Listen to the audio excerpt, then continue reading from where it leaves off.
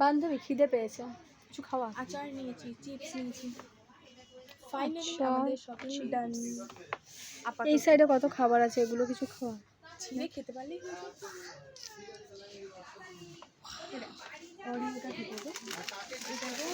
নিয়ে ট্রায়াল রুমে চলে যেতে হয়, গিয়ে এটাকে নিয়ে ট্রায়াল রুমে যেতে হয়, গিয়ে বসে বসে খেয়ে চলে আসতে হয়।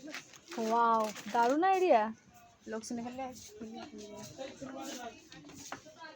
খাওয়ালো না বান্ধবী, কিচ্ছু খাওয়ালো না।